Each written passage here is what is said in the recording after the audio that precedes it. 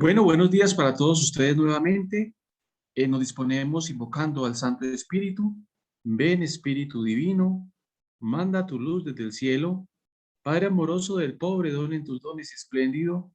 Luz que penetra las almas, fuente del mayor consuelo. Ven, dulce huésped del alma, descanso de nuestro esfuerzo. Tregua en el duro trabajo, brisa en las horas de fuego. Gozo que enjuga las lágrimas y reconforta en los duelos. Entra hasta el fondo del alma, divina luz, y enriquecenos. Mira el vacío del hombre si tú le faltas por dentro. Mira el poder del pecado cuando no envías tu aliento. Riega la tierra en sequía, sana el corazón enfermo. Lava las manchas y funde calor de vida en el hielo. Toma el espíritu indómito, guía al que tuerce el sendero. Reparte tus 7 dones según la fe de tus siervos. Por tu bondad y tu gracia, dale al esfuerzo su mérito. Salva al que busca salvarse y danos tu gozo eterno. Amén. Dios te salve María, llena eres de gracia, el Señor es contigo. Bendita tú eres entre todas las mujeres. Bendito es el fruto de tu vientre, Jesús. Santa María, Madre de Dios, ruega por nosotros pecadores, ahora y en la hora de nuestra muerte. Amén.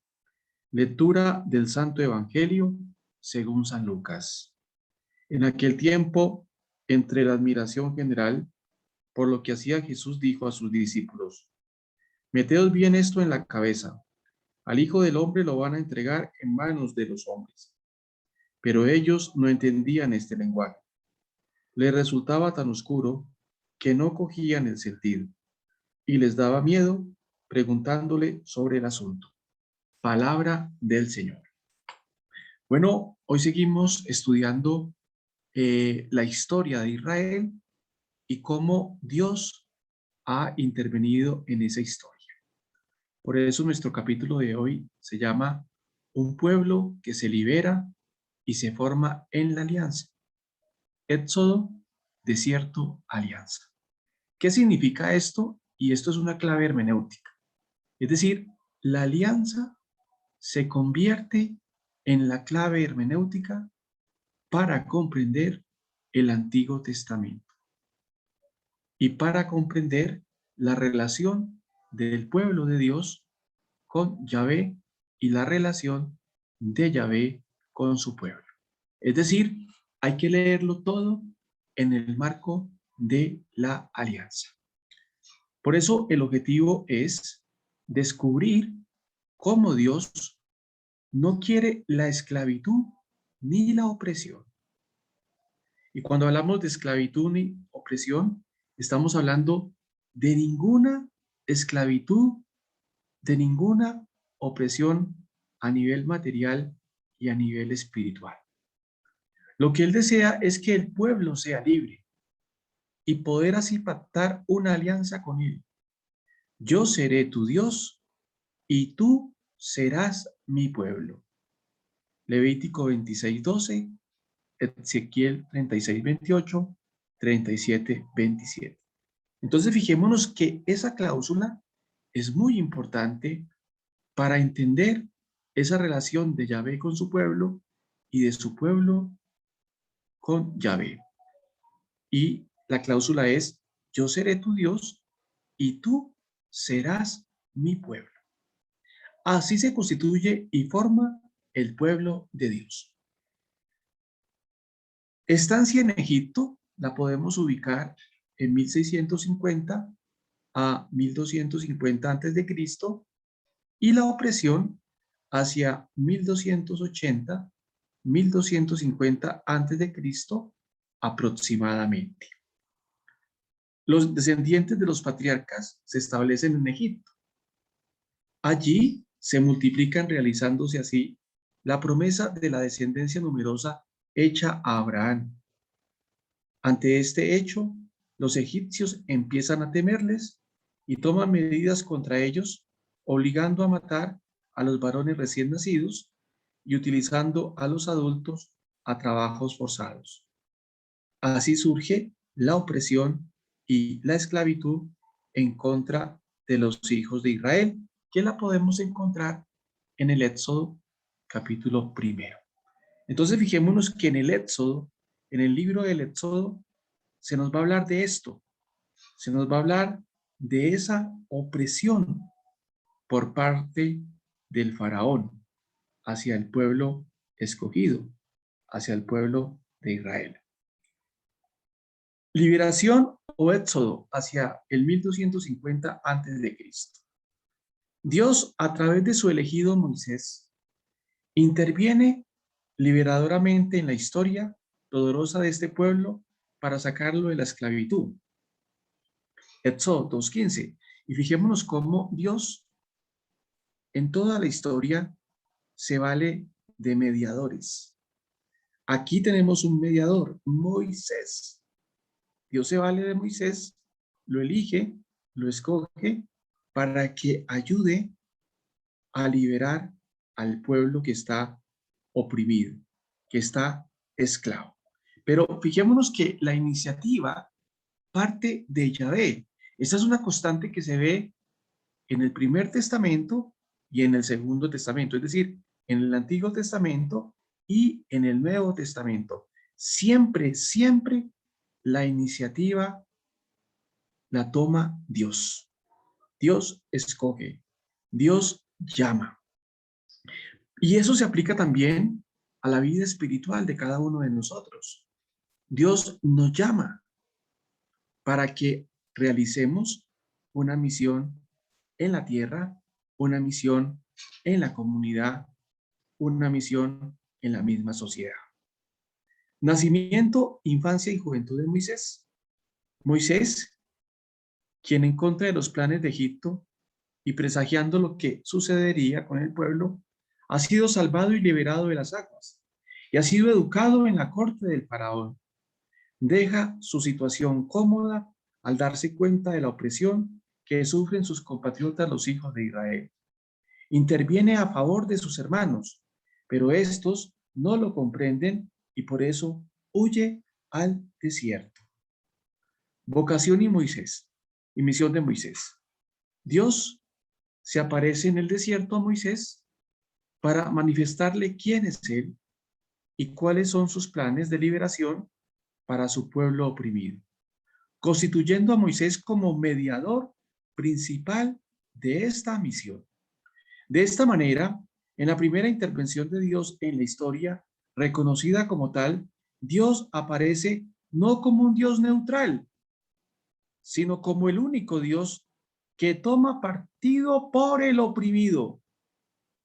Es el Dios que ve, oye y conoce la opresión y al acordarse de su alianza, visita salvíficamente a su pueblo. Pero aquí hay un detalle muy importante para entender en cierta manera la teología de la liberación.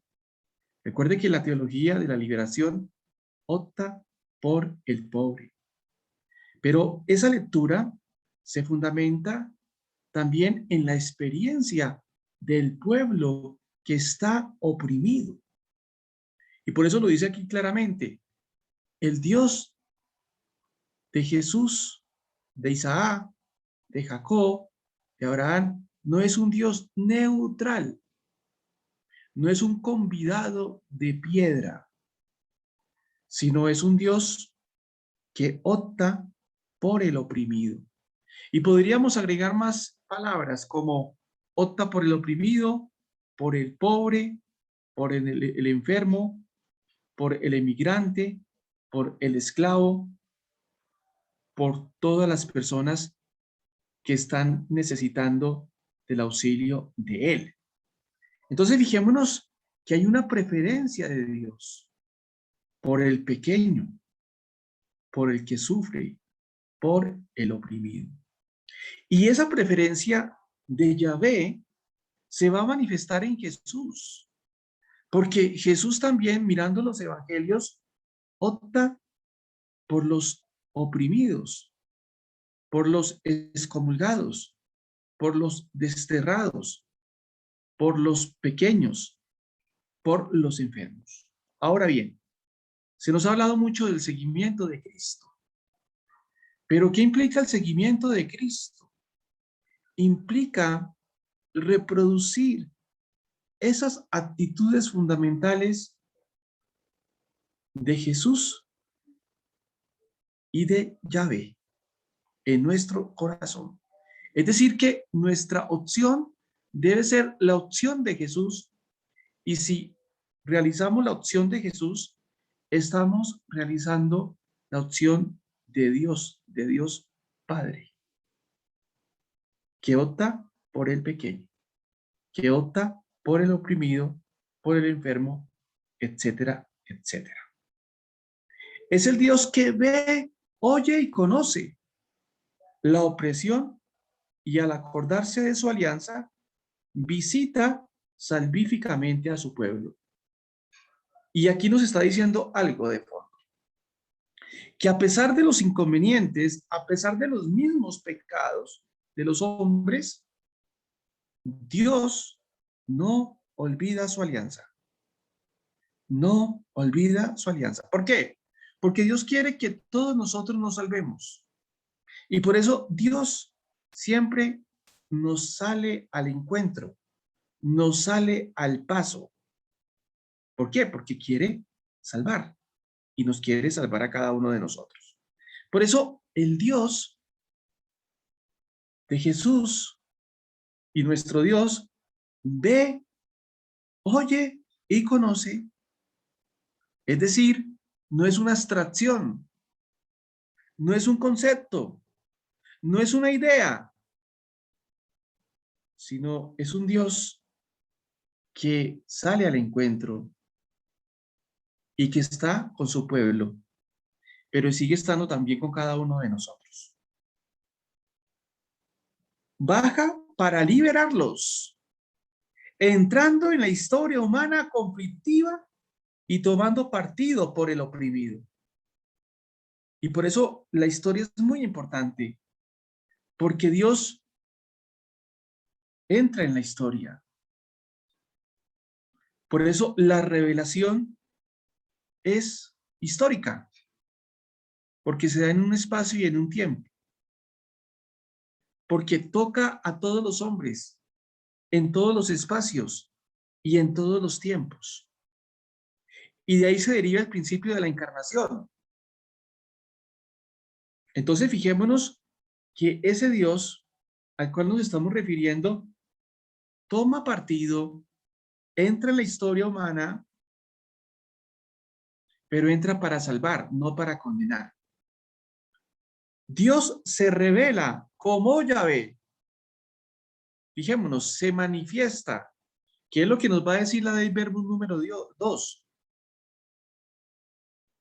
La revelación de Dios consiste en que Dios se manifiesta.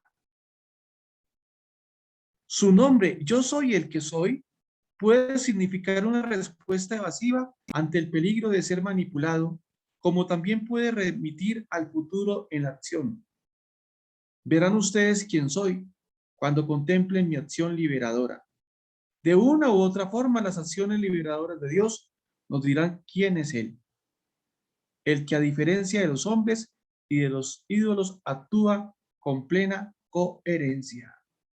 Es Dios, es decir, Dios se manifiesta en la historia. ¿A través de qué? A través de acciones salvíficas. Pero nosotros entonces estamos llamados a conocer ese actuar de Dios en la historia y por eso el Vaticano II es tan importante cuando nos habla de examinar los signos de los tiempos para conocer el acontecer de Dios en la historia. Y eso es para todos los creyentes y para todos nosotros. Debemos examinar el actuar de Dios, así como Dios actuaba en el Éxodo con su pueblo. La finalidad de esta liberación que anuncia Yahvé es que el pueblo pase de la servidumbre, es decir, de la esclavitud, al culto auténtico que es inconcebible sin la liberación. Y esto es fundamental. La finalidad de esta liberación que anuncia Yahvé es que el pueblo pase de la servidumbre, es decir, deje de ser esclavo y pase al culto auténtico, que es inconcebible sin la liberación. Un culto libre de idolatrías, Porque recordemos que la tentación del Antiguo Testamento, que sigue siendo hoy la tentación para muchos y muchas, es la idolatría, es apegarse a y dejar de adorar a Dios. El pertenecer a Yahvé implica que ya no pertenecen al faraón, que no son ya un pueblo de esclavos, sino un pueblo de libres, de hijos de Dios. Y esta experiencia del Antiguo Testamento se va a ver patentemente en la experiencia de Pablo. Cuando Pablo dice, ya no soy yo el que habita en mí, sino es Cristo Jesús. Pablo ya no depende de las cosas de la vida, depende de Cristo. Realización de la misión de Moisés. Moisés, ayudado de su hermano Aarón, lleva a cabo la obra de liberación encomendada por Dios, obra que no es pacífica, sino que se topa ante diversos obstáculos. Se enfrentan ante el mismo pueblo que ha de ser liberado, ya que protesta ante las acciones liberadoras y tienen miedo al riesgo y por lo tanto a la auténtica libertad. La misma noche en que caminaban hacia la libertad, al verse acosados por los egipcios, los israelitas llenos de miedo dijeron a Moisés, ¿nos has sacado de Egipto para hacernos esto? ¿No te decíamos que nos dejaras tranquilos sirviendo a los egipcios? ¿Que era mejor servirlos a ellos que morir en el desierto? Entonces, fijémonos cómo esa liberación es una liberación difícil, porque el pueblo, aunque está esclavo, no comprende en cierta manera ciertas acciones de liberación. Y hay un peligro latente que es el miedo al riesgo. Pero eso también lo podemos aplicar para nosotros, para cada uno de nosotros. Esa experiencia de Israel también es muchas veces nuestra experiencia. Dios nos quiere liberar, Dios te quiere liberar, pero tú no estás decidido a dar el segundo paso. Es decir, a dejar muchas cosas que te atan, muchas cosas que te oprimen. Y por eso es que la conversión implica esfuerzo. Si bien es cierto, Dios toma la iniciativa, nosotros debemos cooperar con la iniciativa de Dios. Y allí estamos hablando de una palabra técnica, gracia y libertad. Siempre la gracia nos está acompañando, la gracia de Dios. Pero nosotros debemos colaborar con esa gracia de Dios. Pero allí vienen los obstáculos, los problemas, los inconvenientes y los mismos miedos. Pero resulta que hay que vencer el miedo. Y por eso la fe implica riesgo. Lo que le decía Yahvé a Abraham, sal de tu tierra, sal de tu parentela. Pues aquí en cierta manera también se está diciendo al pueblo que salgan, que se dejen liberar, pero hay que dejar cosas. El contenido esencial de la queja del pueblo se resume en pocas palabras. Preferimos la seguridad y el bienestar en la esclavitud al penoso peregrinar hacia la liberación. Y esto se sigue viendo hoy. Por eso la palabra de Dios nos sigue interpelando, porque esa experiencia de muchas personas que tienen hoy fue la experiencia del pueblo. Hoy se prefiere la seguridad, se prefiere el bienestar, se prefiere el placer y en cierta manera muchos de nosotros quedamos oprimidos. Pero cuando nos arriesgamos a optar por Dios, debemos vivir en la fe. Y la fe implica riesgo, implica salir del estado de confort. Estamos en el magisterio del Papa Francisco y eso lo podemos ver en Evangelium Gaudí cuando el Papa Francisco nos dice, hay que salir, hay que ir a. Pues eso es lo que se está diciendo hoy acá en este texto. Salir de, para ser libres. Pero Dios sabe que lo mejor para el ser humano es su liberación integral. Se enfrentan ante el faraón, máximo poder de Egipto, que desconoce positivamente a Dios y quiere solo dar una libertad a medias, controlándola, chantajeándola, sin ofrecer los medios de subsistencia, o quiere permitir el culto pero sin libertad. Un faraón que resiste y endurece su corazón. Se enfrentan ante la naturaleza, logrando dominarla a través de las plagas en contra de Egipto que culminan con la matanza de los primogénitos. Todo esto permite el paso del mar de las cañas que zanja la geografía y la historia, la tierra de la esclavitud y la tierra de la libertad. Se enfrentan ante el mismo Dios que parece no apoyarlos en la misión que les ha encomendado. Y fijémonos que esta historia del pueblo se refleja también en nuestra historia, porque esto que ellos sufrieron, también nosotros lo podemos sufrir en nuestras vidas. Y por eso entonces la lectura de este libro nos es muy provechosa para ver cómo actúa Dios y para ver qué Dios nos está pidiendo a cada uno de nosotros, tanto a nivel comunitario como a nivel personal. La liberación y su repercusión en la vida del pueblo. La salida de Egipto quedará profundamente grabada en el pueblo de Israel y será paradigma, patrón o modelo para cualquier otra intervención salvífica de su Dios.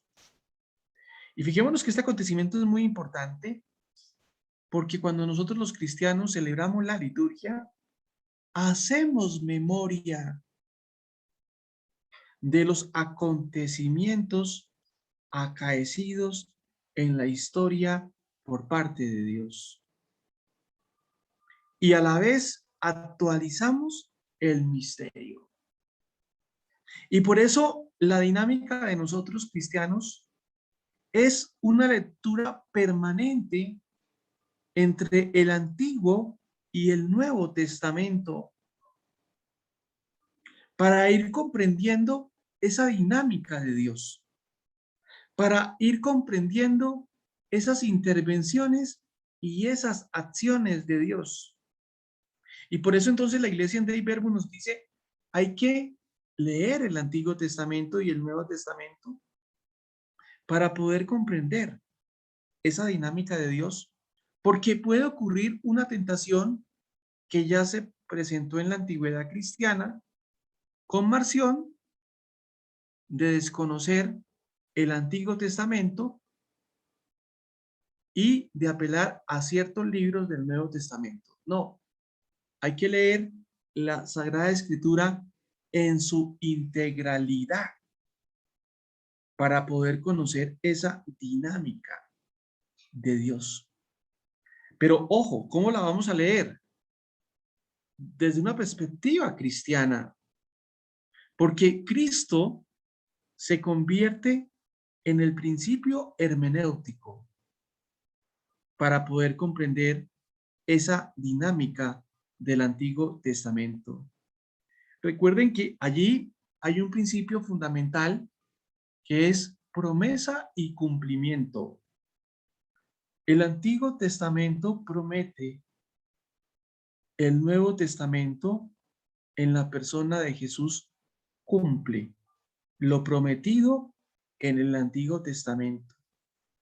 Pero nosotros como creyentes debemos también leer esa historia, porque esa historia también ilumina nuestras vidas y refleja muchas situaciones muy parecidas a las del pueblo de Israel en aquella época. Podríamos decir que en estos libros son como una especie de radiografía de la experiencia humana. Y eso lo vamos a ver en muchos libros del Antiguo Testamento. Y lo vamos a ver, por ejemplo, en los Salmos. Cómo esos libros van a reflejar las pasiones, los sentimientos, las ideas de los hombres y de las mujeres. Y en el fondo nos iluminan para no cometer los errores. En la fe del pueblo quedará claro que su Dios es el que lo ha sacado de Egipto, del país de la esclavitud. Así se autopresenta y así lo confiesa el pueblo en sus profesiones de fe. Fijémonos cómo aquí entra una virtud teologal fundamental, la fe. Y yo creo que estos libros nos enseñan el valor de la fe, la importancia de la fe, sabiendo que, como ya lo hemos dicho muchas veces, la fe implica varias cosas, que es lo que se va a encontrar en el Primer Testamento y obviamente también en el Nuevo Testamento. Lo primero, la fe implica una confianza absoluta en Dios. Una confianza absoluta en Dios. Pero esa confianza hay que irla fortaleciendo día tras día en el Señor. ¿A través de qué? A través de la oración. Y esa confianza implica un segundo elemento fundamental para el pueblo de Dios y para todos nosotros que somos creyentes. Escuchar y obedecer. ¿Escuchar qué? La palabra de Dios. Y por eso la iglesia nos invita a través de la lección divina a escuchar esa palabra de Dios permanentemente. Y si nos damos cuenta, la iglesia, que es nuestra madre, todos los días, pedagógicamente, nos alimenta a través de la palabra. Y a través de la palabra nos muestra cómo ha sido el proceder de Dios con los hombres, nos muestra cuáles deben ser nuestros criterios que debemos tener en nuestro corazón y sobre todo nos anima a serle fieles a Dios. Entonces, esa confianza se nutre a través de la escucha de la palabra de Dios. Y por eso yo creo que el Salmo número 1 es fundamental. Dichoso aquel que escucha la palabra del Señor, que medita la palabra del Señor día y noche. Porque es a través de la meditación de la palabra del Señor, de Yahvé, que nos vamos transformando. Porque recuerden que la palabra es viva y eficaz, espada de doble filo. Y por eso la iglesia nos insiste la necesidad de leer, de meditar, de orar y de contemplar la escritura. Porque allí está nuestra fuerza. Y por eso no se puede hacer ninguna teología sin escritura. Y no se puede tener una verdadera espiritualidad cristiana sin escritura. Y por eso el libro de cabecera de nosotros los creyentes, los cristianos, debe ser la escritura, pero integralmente, no por pedacitos, sino leerla toda. Obviamente, apoyándonos en los métodos que la iglesia propone, como el método histórico crítico, como los métodos sincrónicos, como los métodos diacrónicos, como los métodos narrativos, como los métodos semióticos. ¿Para qué? Para poder comprender la palabra de Dios y para poder dejar que la palabra de Dios interpele nuestra vida. Y esa fe implica obedecer a la palabra. Después de la escucha viene ¿qué? La obediencia. Y si miramos la dinámica de Abraham, Abraham obedece, Moisés obedece. Y esto es muy importante para la vida espiritual. ¿En qué sentido? En que la obediencia está por encima de todo. Obedecer. No hacer nuestros caprichos, sino obedecer a la palabra del Señor. Y obedecemos la palabra del Señor cuando cumplimos la palabra del Señor. Y por último, esto lleva ¿a qué? Al abandono en las manos de Dios.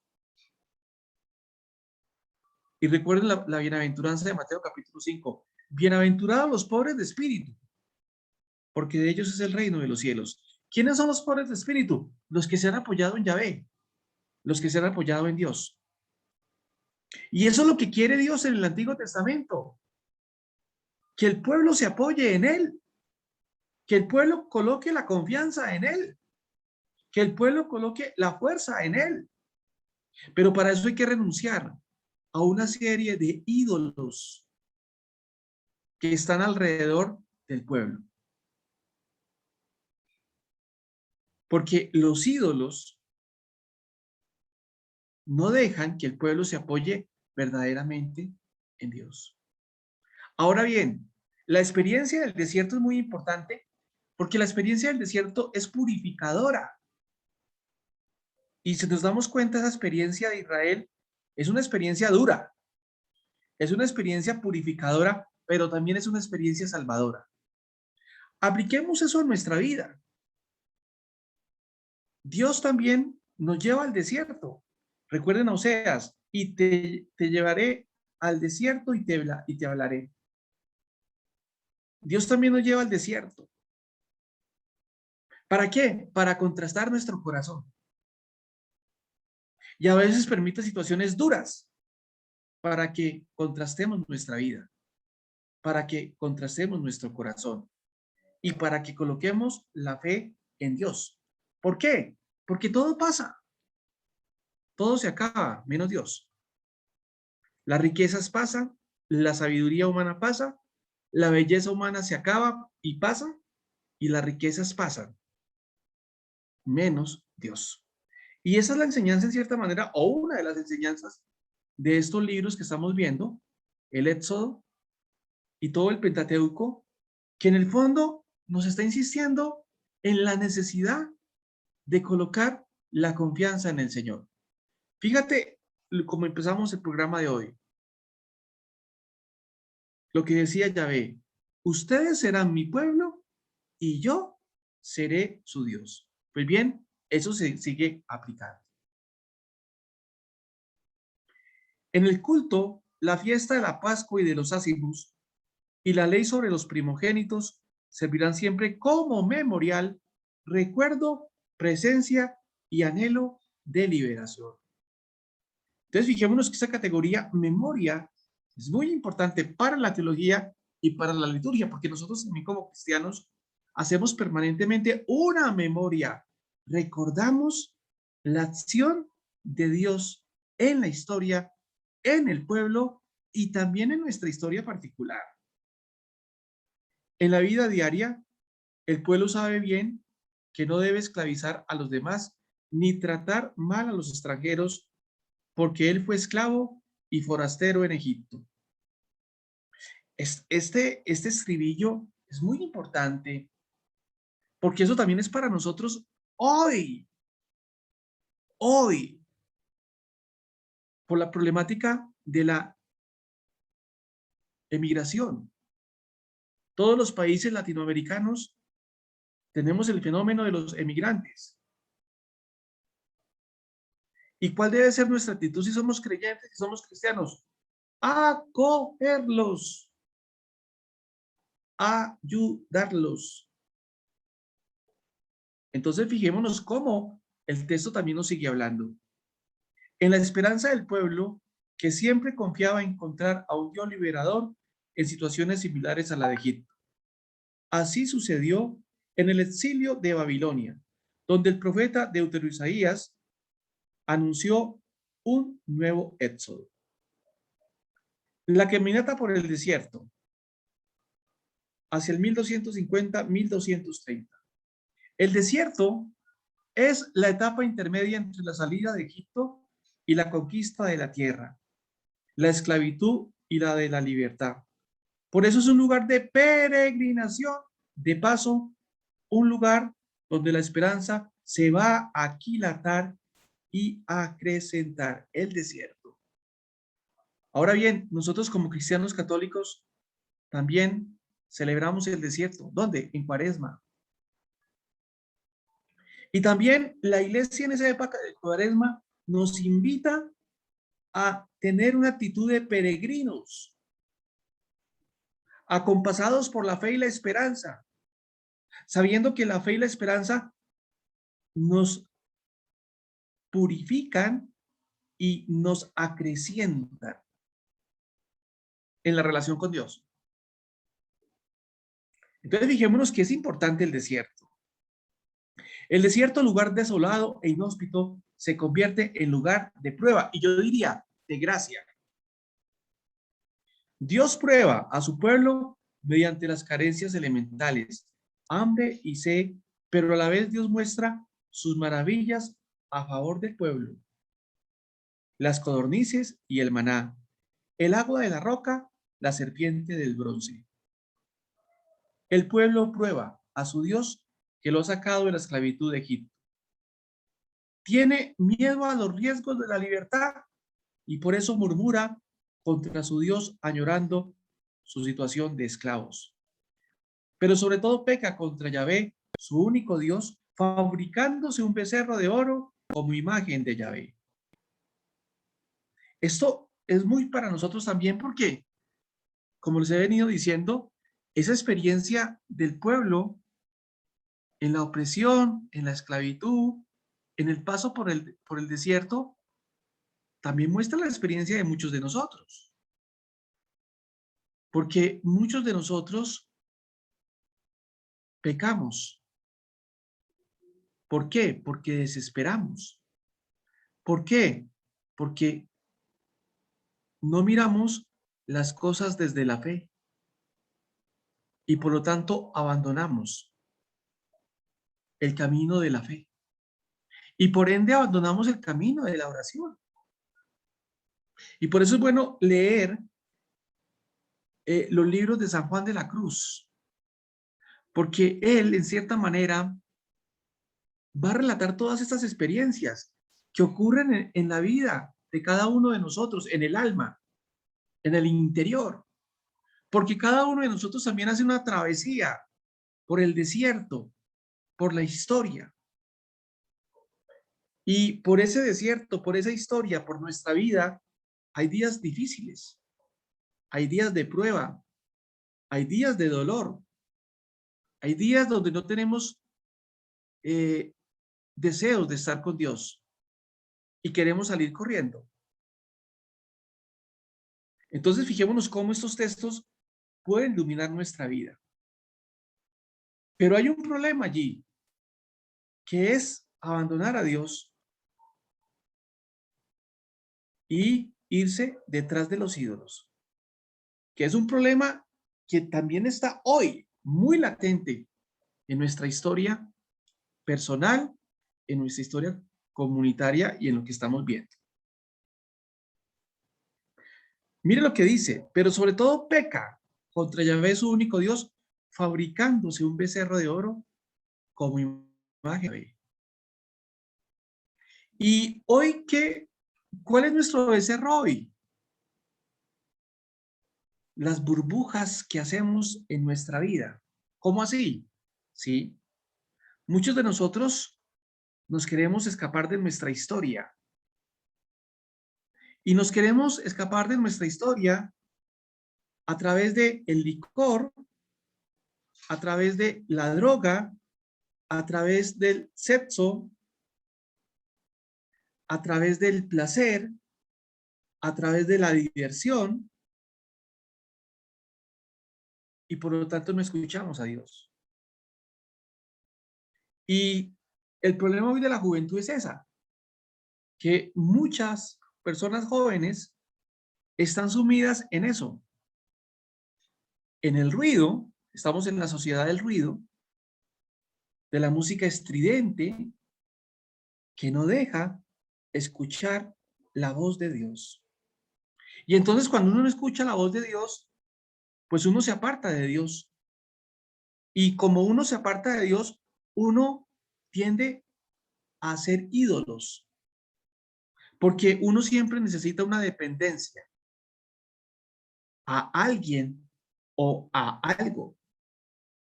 Entonces, si no tenemos a Dios en nuestro centro, en nuestra vida interior, pues somos presa de muchos ídolos, de muchos ídolos. Ídolos que nos van secando día tras día, porque si nos traen felicidad, la felicidad es efímera. La felicidad es por un minuto, pero después quedamos en la tristeza, en la depresión. En cambio, si tuviéramos a Dios en nuestro corazón, seríamos felices. Por eso Santa Teresa lo dice claramente, que nada te turbe, que nada te espante, solamente Dios basta. Es la experiencia de Santa Teresa. Santa Teresa se ha dado cuenta de que solamente Dios basta. Lo otro pasa. Y eso es lo que les quiere decir también Dios al pueblo. Oiga, la felicidad está en mí, no está en las cosas, no está en los ídolos. Sin embargo, el pueblo desconoce eso y sigue el pecado, fabricándose un becerro de oro como imagen de Yahvé. Los becerros de oro de nosotros hoy pueden ser el poder, el placer, la droga, el licor, el sexo, etcétera, etcétera. En el desierto, y este es el punto fundamental, Dios pacta una alianza, un compromiso bilateral con su pueblo. Es decir, que la alianza es bilateral. De esta manera se forma el pueblo de Dios. Alianza. La alianza es el eje central de la vida del pueblo, ya lo decíamos al principio. Es la categoría hermenéutica para comprender la historia de Israel, la alianza. Entonces, eso es clave, porque cuando leamos el Antiguo Testamento o el Primer Testamento, debemos leer eso en clave de alianza, sabiendo que la alianza es una alianza bilateral. La institución humana de alianza, sobre todo la del soberano y vasallo, sirvió para significar y realizar la unión de Dios con su pueblo. Es el sacramento fundamental que constituye a Israel en pueblo de Dios. Tanto la alianza, realidad del ámbito político, como el matrimonio, realidad del ámbito familiar, sirvieron para expresar las relaciones entre Dios y su pueblo. Estas citas bíblicas, es bueno que ustedes allá en la casa las lean, le hagan una especie de lección a cada frase de esas, porque es la manera de comprender la dinámica de Dios en el Antiguo Testamento, en el Nuevo Testamento. Aquí no las leemos por cuestión de tiempo, pero ese trabajo es para ustedes. Obviamente que eso es opcional, la persona que lo quiera hacer, pero yo los invito a que lo hagan porque es la manera de crecer en la comprensión de lo que estamos diciendo. El contenido fundamental de la alianza expresa un proyecto de comunión que se sintetiza en yo seré tu Dios y tú serás mi pueblo. Oiga, esto es muy importante para nuestra vida espiritual. Seremos de Dios, del Dios de Jesucristo, me refiero, y Dios será de nosotros. Aun cuando Dios es quien toma la iniciativa y de quien depende todos los favores, sin embargo, se trata de un compromiso bilateral. Dios y el pueblo se obligan a ser fieles. Y aquí otra vez se ilumina el binomio gracia y libertad. Eso es muy importante. La gracia significa que Dios toma la iniciativa de salvarnos, que Dios siempre está a nuestro lado, que Dios nos sostiene en antes y después. Y la libertad es que nosotros respondemos desde la fe a esa llamada de Dios. Y estos dos comportamientos hay que integrarlos. Y son las dos caras de una misma moneda. Porque en la historia de la teología hubo momentos históricos donde se prescindió de la gracia, Pelagio, o donde se prescindió de la libertad. Y recordemos que ese es un binomio fundamental para poder comprender la dinámica y no lo podemos dividir, sino hay que integrarlo para poder entender esa dinámica. Dios que te quiere salvar y tú que por tu libertad quieres responder desde la fe. Dios se compromete a ser fiel a su pueblo cumpliendo las promesas, protegiéndolo. Ese es un principio que está allí siempre en el Antiguo Testamento. Dios es fiel. Dios es fiel a pesar del pecado, a pesar de la infidelidad, a pesar de la idolatría. Dios es fiel. El pueblo se compromete a ser fiel a Dios y a sus hermanos mediante la observancia de los mandamientos que regulan su vida con Dios y con sus semejantes. Y esto también para nosotros es válido. Porque la manera de mostrar nuestra fidelidad a Dios es el cumplimiento de los 10 mandamientos. Es el cumplimiento de los 10 mandamientos. Es observar los 10 mandamientos. Pero ojo, no cumplirlos por miedo, por temor, sino por amor. Pero para llegar allí, hay que tener una experiencia profunda de Dios. Pero ¿qué ocurre en nuestros pueblos? La gente cumple, entre comillas, los mandamientos por miedo a, por temor, por obligación. Entonces, no lo hacemos libremente. Y no lo hacemos libremente porque no nos hemos enamorado de Dios. Por eso, para vivir esto de una manera libre, primero nos tenemos que enamorar de Dios y nos tenemos que dejar seducir por Dios, que es la experiencia de los santos. Los santos se dejan enamorar por Dios y cuando se dejan enamorar por Dios, cumplen fácilmente los mandamientos porque saben que Dios es Dios.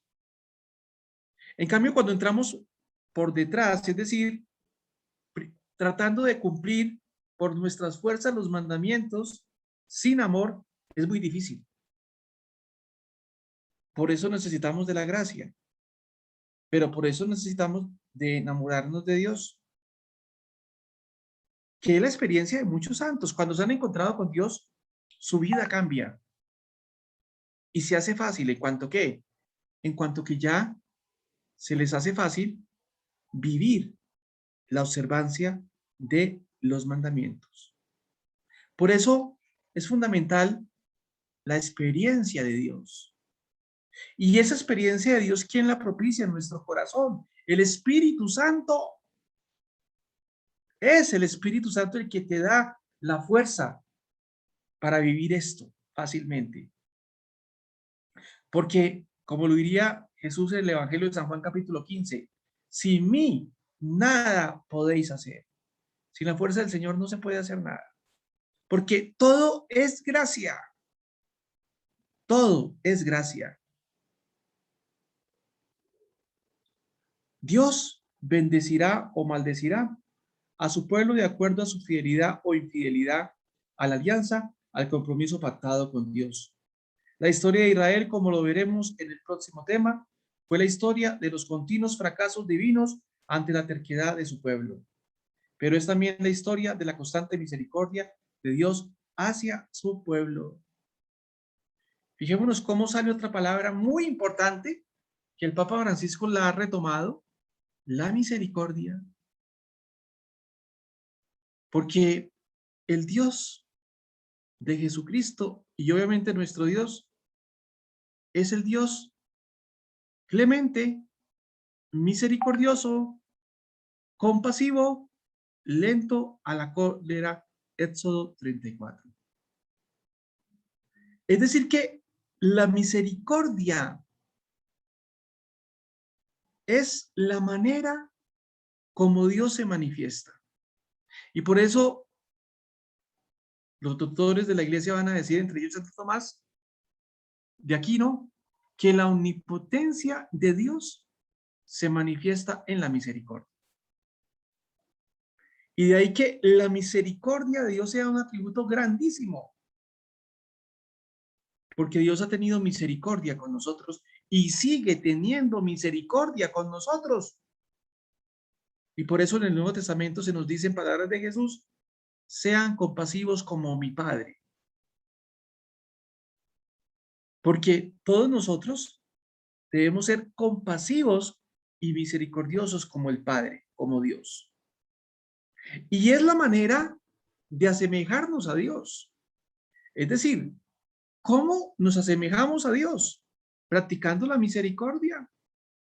Pero ¿cómo aterrizas la misericordia a tu historia personal? Viviendo las obras de misericordia corporales y espirituales que pueden iluminar toda nuestra vida. Y por eso recuerden que nosotros debemos pasar haciendo el bien. Y pasar haciendo el bien implica encarnar la misericordia en nuestra vida. ¿Para qué? Para parecernos a Yahvé, para parecernos a Dios y para seguir a Jesucristo. La gran manifestación de Dios. Tras la salida de Egipto, el pueblo hebreo llega al desierto de Sinaí y acampa al pie del monte que lleva ese nombre. Allí iba a tener lugar la gran manifestación de Dios. Relámpagos, fuego y humo, sonar de trompetas, temblar de montañas, y dominándolo todo, una nube espesa responde a la forma de imaginar los hombres del Antiguo Testamento la presencia de Dios. Así se manifestó Dios a su pueblo en el desierto, por medio de una experiencia, no por medio de una teoría y doctrina. Y eso es fundamental, porque creemos que a Dios lo adquirimos, entre comillas, lo acogemos por medio de teorías y por medio de doctrinas. Las teorías y las doctrinas son un segundo momento. Y es un momento secundario. El momento fundamental es la experiencia. Y eso es lo más importante, la experiencia. Y digámosla, la experiencia de Dios, que es una manera de relacionarnos, es una manera de conocer a Dios. Y cuando hablamos de conocer, no estoy diciendo solamente desde una perspectiva intelectiva, sino conocer a Dios con todo nuestro sentir, que involucra obviamente nuestras razones, nuestro entendimiento, nuestra voluntad para poder captar la presencia de Dios y hacer experiencia de Dios en cada uno de nosotros. Y la experiencia lo dice todo.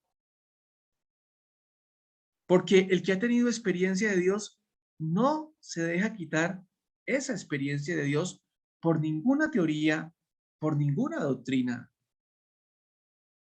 Yo les aseguro que muchos de los que están aquí en el programa, en muchos momentos han sido asaltados por personas que les han querido, entre comillas, quitar su fe. Pero ustedes no se la han dejado quitar, en primer lugar, por gracia de Dios, y en segundo lugar, porque detrás de eso ha habido una experiencia profunda de fe,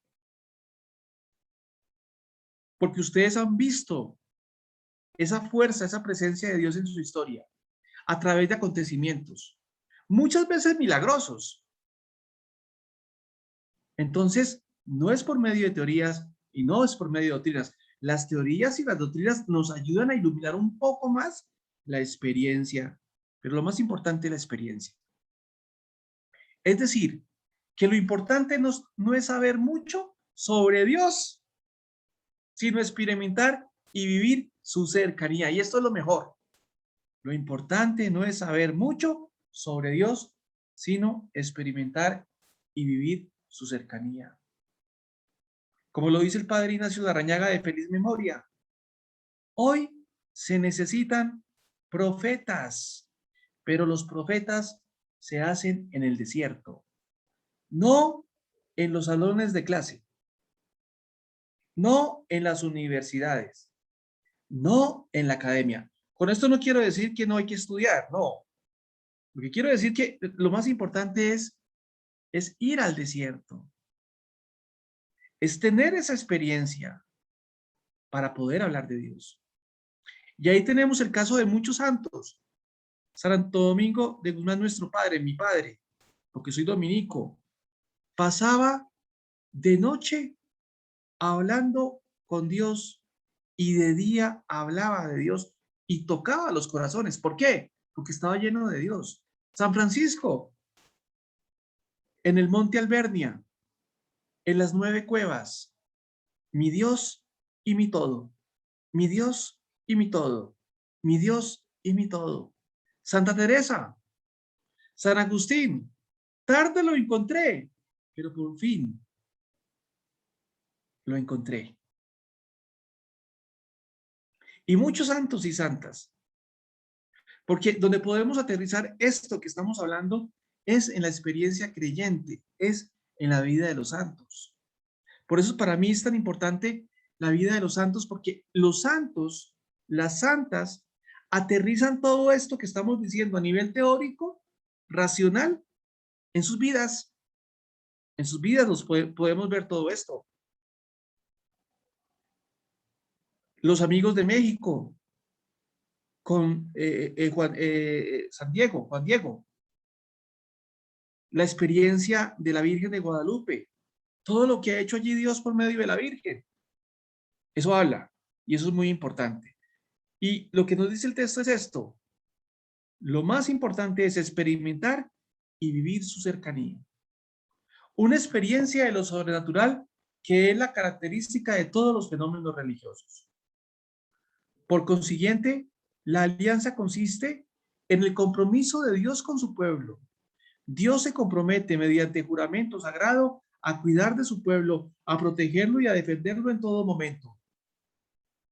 En pueblo, en respuesta a esta fidelidad, debe observar los 10 mandamientos que Yahvé le impone. El decálogo. La palabra decálogo significa 10 palabras. El decálogo está íntimamente unido a la alianza y quiere decir que Dios se compromete con el pueblo mediante la alianza. El pueblo, por su parte, tiene que responder a Dios y el compromiso en el que Él se expresa, la respuesta es precisamente el decálogo. Por consiguiente, el decálogo recoge y resume lo que debe ser el comportamiento del ser humano ante su Dios. Para comprender el sentido del decálogo, hay que tener en cuenta el sentido total del libro del Éxodo, donde se encuentra: Dios quiere que su pueblo sea un pueblo de hombres y mujeres libres, libres de toda esclavitud exterior, por lo que Dios se pone del lado de Israel y saca a su pueblo de Egipto, libres interiormente para crecer como personas disponibles ante Dios y al servicio de los demás. Desde esta perspectiva se debe interpretar el decálogo, que aparece así como el código de la libertad. Y voy a leer unas expresiones para dejarlas en el aire, para que ustedes las mediten en su corazón. ¿En qué se manifiesta hoy día la situación de opresión? ¿Cómo debemos permanecer los cristianos ante esta realidad, pasivos, tolerantes o luchando en contra de las injusticias y opresiones? Déjate interpelar por esta pregunta. La misión de la iglesia es la liberación integral del hombre, liberación del pecado y de todo aquello que es fruto o opresión del pecado. ¿Somos conscientes de esto y estamos trabajando en esta línea? El ser parte del pueblo de Dios nos ha dado realmente una conciencia y vivencia comunitaria y solidaria con nuestros semejantes, es decir, hacemos comunidad. ¿Qué compromisos implica para nosotros el hecho de vivir bajo la nueva alianza? Como pueblo de Iglesia Peregrina, nos damos cuenta que debemos renovarnos constantemente, que no podemos anclarnos solo en el pasado. Y hay unas preguntas que ustedes, pues, para que en su casa las respondan. Fíjate cómo estos temitas también se convierten en tema para iluminar nuestra vida. No solamente es un aprendizaje de teorías y doctrinas, sino lo que hemos querido en el programa de que estamos haciendo es que también interpele la vida de muchos de ustedes. Entonces, por eso es bueno que ustedes allá en sus casas, primero, repasen las citas bíblicas con Biblia en mano, con cuaderno en mano, y en segundo lugar, en la medida de la posibilidad, traten de dejarse cuestionar por esas preguntas y también traten de responder esas preguntas si lo pueden hacer. Vamos al otro capítulo, un pueblo bajo la alianza. Es decir, vamos a ver ciertas implicaciones de la alianza. El objetivo, descubrir la alianza hecha con Dios como eje central donde se mueve la historia del pueblo de Israel. La observancia de la alianza traerá sobre él las bendiciones o favores de Dios. El incumplimiento del pacto provocará el castigo de Dios a su pueblo.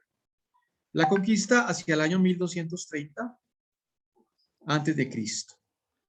La conquista de la tierra de Canaán, realizada por Josué, el sucesor de Moisés, pone fin a la caminata por el desierto y corona la salida de Egipto. La tierra se convierte en don de Dios, pero a la vez significa el esfuerzo humano. Al ser conquistada y luego repartida, Dios cumple la promesa de la tierra hecha a los patriarcas. El pueblo ratifica y renueva la alianza en Siquem. El periodo de los jueces lo podemos comprender 1230, 1030 antes de Cristo. En el periodo de los jueces, el pueblo peca, rebelándose contra Dios con quien había pactado una alianza. Dios los castiga por medio de otras naciones. Solo cuando su pueblo reconoce su pecado y se arrepiente, entonces Dios lo perdona y lo libera, suscitando un juez o libertador entre ellos. Fijémonos la dinámica de Dios. Dios siempre perdona, pero Dios necesita que nosotros reconozcamos el pecado y tengamos arrepentimiento. Y eso ya está desde el Antiguo Testamento, como lo estamos viendo, que más tarde se va a iluminar mucho mejor con la parábola del hijo pródigo, Lucas capítulo 15. Pero aquí ya se nos está dando una idea de cómo es la dinámica del perdón por parte de Dios. Dios, en primer lugar, quiere la salvación de cada uno de nosotros, pero necesita que nosotros reconozcamos nuestro pecado y tengamos arrepentimiento. Y eso es importante saberlo. ¿Por qué? Porque si bien es cierto, aquí viene otra vez el binomio gracia y libertad, si bien es cierto, Dios quiere la salvación de nosotros, también necesita que nosotros cooperemos con la libertad. La monarquía unida 1030-931 a.C., las 12 tribus de Israel, aunadas ya por la alianza, se unifican políticamente, comenzando así la monarquía que surge tanto por la invitación de los pueblos vecinos como por necesidades internas, protegerse contra las invasiones de las naciones que lo rodean. Samuel, el último juez, hace ver que Dios es el auténtico rey de su pueblo y a la vez constata los peligros de una monarquía con autoridad ilimitada.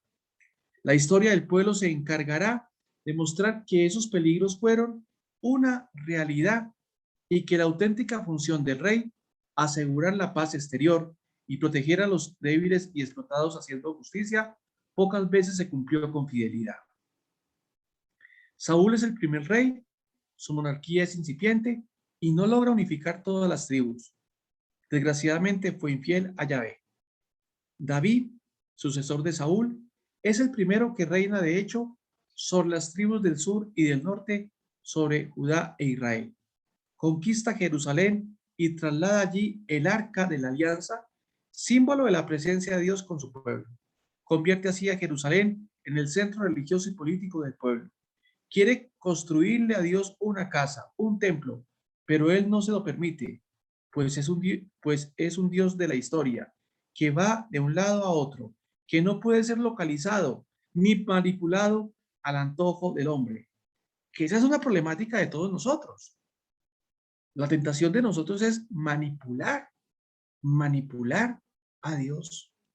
Y por eso la fe es a veces dura, dolorosa, porque la fe hace que nosotros no manipulemos a Dios. Y entonces cuando nosotros creemos que ya tenemos a Dios en nuestras manos, Dios se nos escapa de nuestras manos. Y la fe se hace pesada, se hace oscura, como que se perdiera el sentido. Pero sabemos que Dios está allí. Vuelvo y repito la necesidad de volver a leer la obra de San Juan de la Cruz. Yo creo que la obra de San Juan de la Cruz ilumina mucho lo que estamos diciendo hoy, porque cuando uno lee la obra de San Juan de la Cruz, ve todo esto. Ya obviamente desde una perspectiva muy espiritual, pero nos ilumina. Dios le promete a David que le construirá una casa, una dinastía, es decir, que siempre habrá en el trono de Judá un descendiente de su familia. Es la promesa mesiánica de la dinastía de David. Por eso, no obstante sus pecados, quedará como tipo o figura del rey Mesías. La historia de David valdría la pena que ustedes la leyeran, porque uno en David se ve reflejado o nos vemos reflejados. Ahí podemos ver cómo nosotros, en cierta manera, estamos calcados por David, porque allí se muestran las luces y las sombras de David, que también son nuestras luces y nuestras sombras. Pero también se ve que a pesar de todo, Dios sigue siendo fiel. Dios sigue siendo misericordioso. David pecó y pecó gravemente, pero Dios lo perdonó. Entonces valdría la pena leer la historia de David, porque ahí usted se refleja, yo me reflejo. Salomón fue el sucesor de David. Se distingue por su sabiduría, sus riquezas y grandes construcciones. A él le corresponde el honor de la construcción del templo de Jerusalén. Desgraciadamente, a causa de sus muchas mujeres extranjeras, se apartó de la alianza con su Dios y se fue tras los otros dioses. Ese fue el problema de Salomón, las idolatrías. Las idolatrías, que sigue siendo también nuestro problema. No es únicamente de Salomón, sino también en nuestro problema. Y por eso fijémonos que el Evangelio siempre nos llama a la conversión, porque es que la conversión no es puntual, no es en un momento de la vida, no. La conversión es un proceso que se va dando a través de la vida. Y tenemos que convertir, ¿qué? La inteligencia, la voluntad y la memoria, que en términos escolásticos son las potencias, que es lo que nos hablaba Fray Hernán en el curso de Santo Tomás. Nosotros debemos, con la gracia de Dios, convertir el entendimiento, convertir la voluntad y convertir la memoria, y ese es un proceso de toda la vida, es un programa espiritual, es un programa ascético y es un programa que obviamente busca que cada día estemos más en la presencia del Señor. Y aquí vuelvo y repito, sirve mucho también la lectura de los místicos.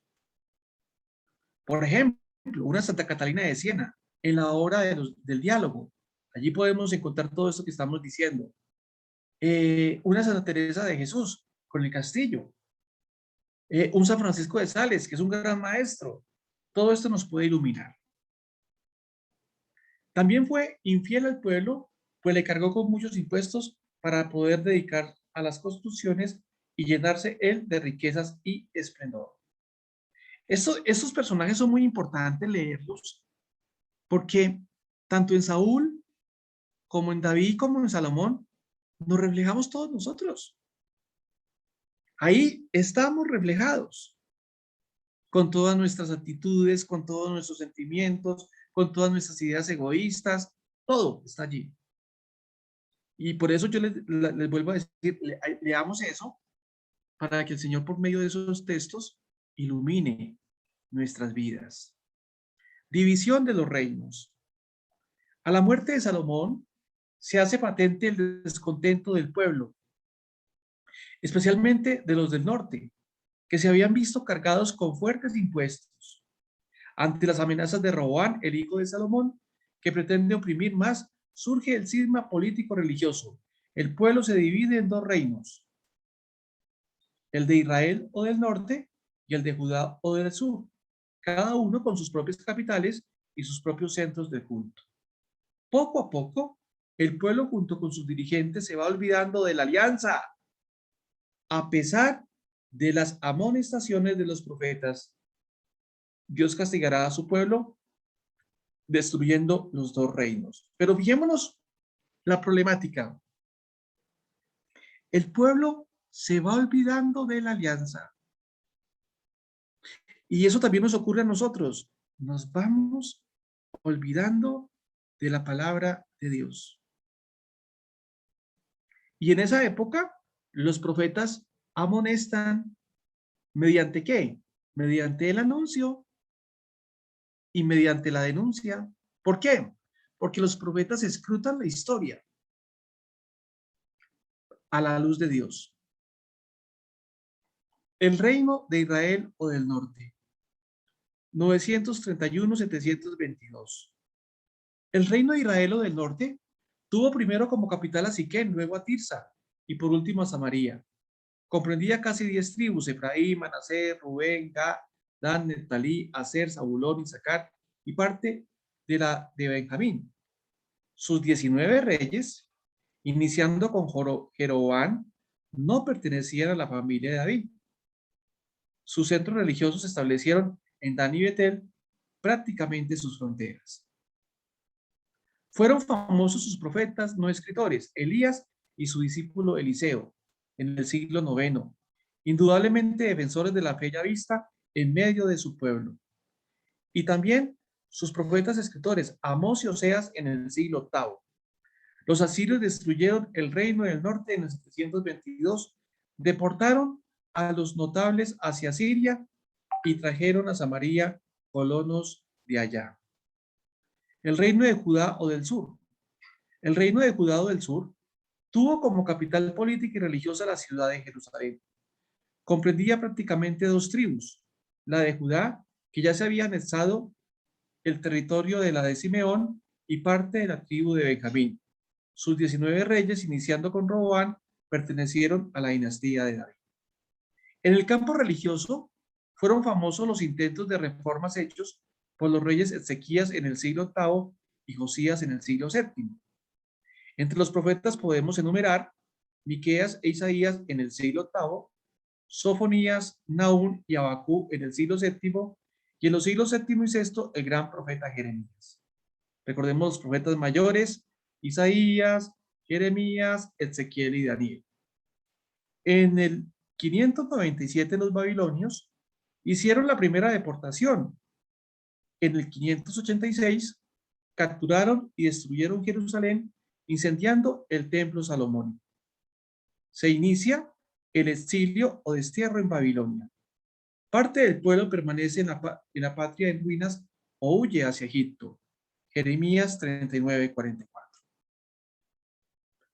Fijémonos cómo todo esto nos ayuda para leer el Antiguo Testamento, porque lo que queremos en este curso son varias cosas. Primero, conocer los elementos más importantes de la Escritura.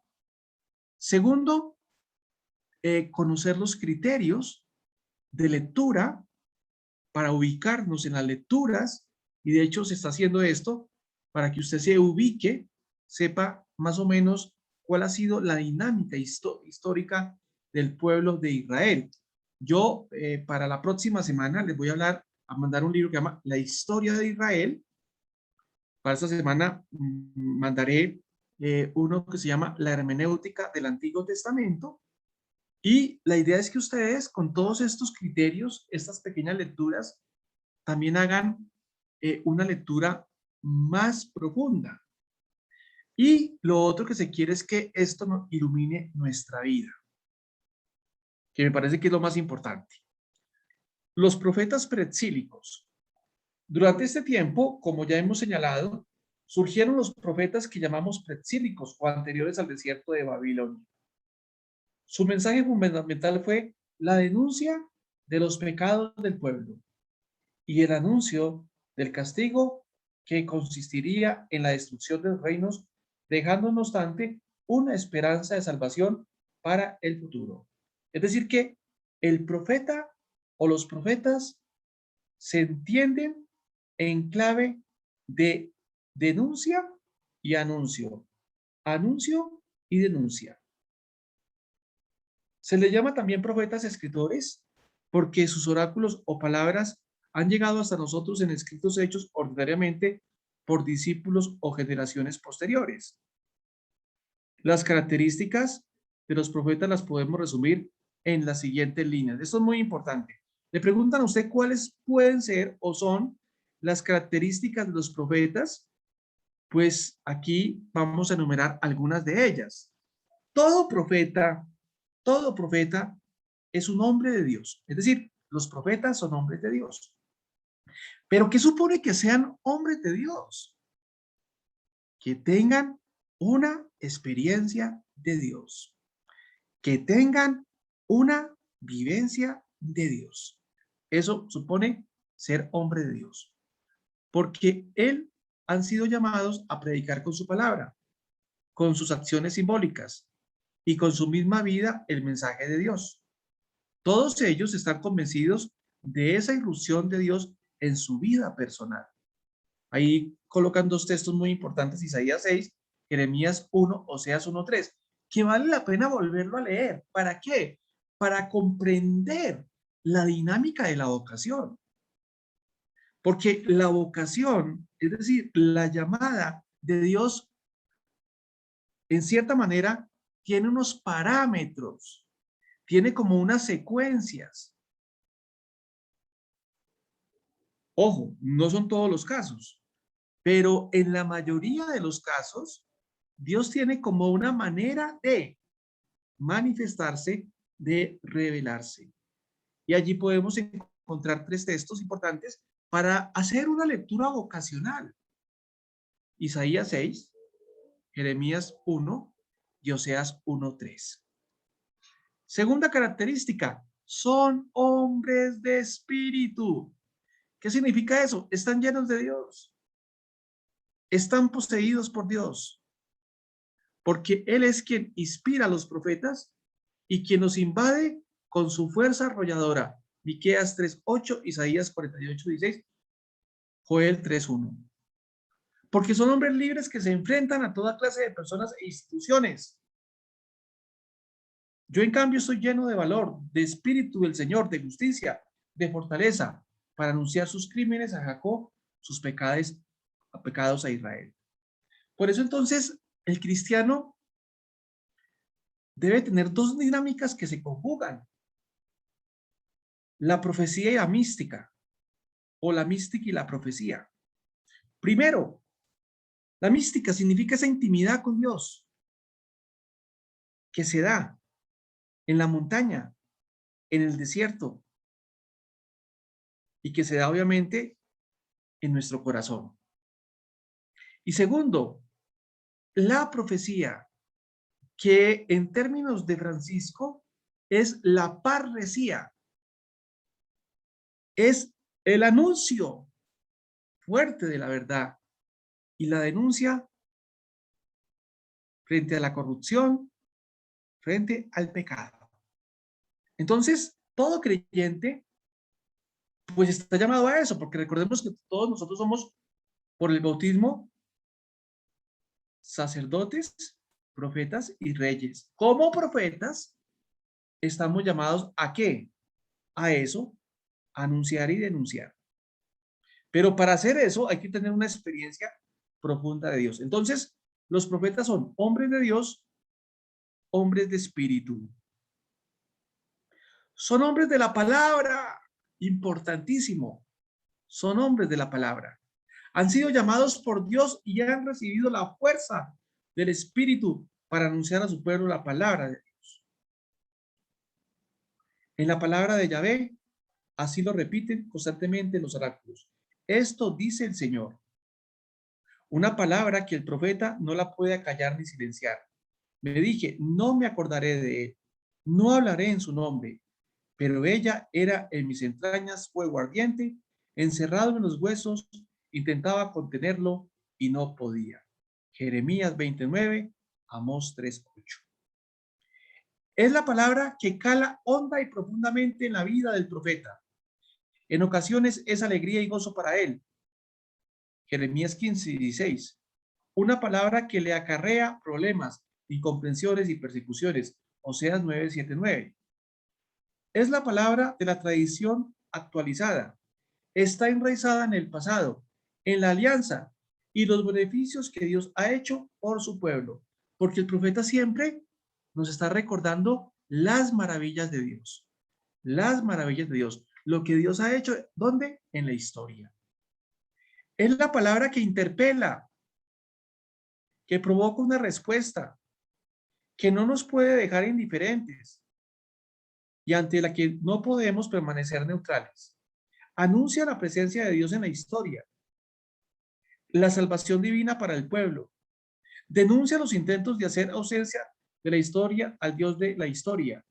Denuncia los pecados del pueblo en general y de sus dirigentes en especial. Pecados de injusticia y falsedad. Pecados de culto falso o hipócrita que pretende sobornar a Dios mediante los ritos, prácticas cultuales y oraciones, sin tener una verdadera relación de justicia hacia el hermano. Y esto es muy importante, muy importante. ¿Por qué?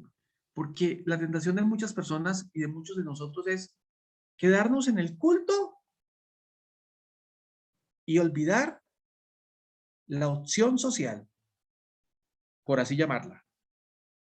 No, hay que acompasar los dos momentos, porque son dos caras de una misma moneda, no se entienden uno sin el otro.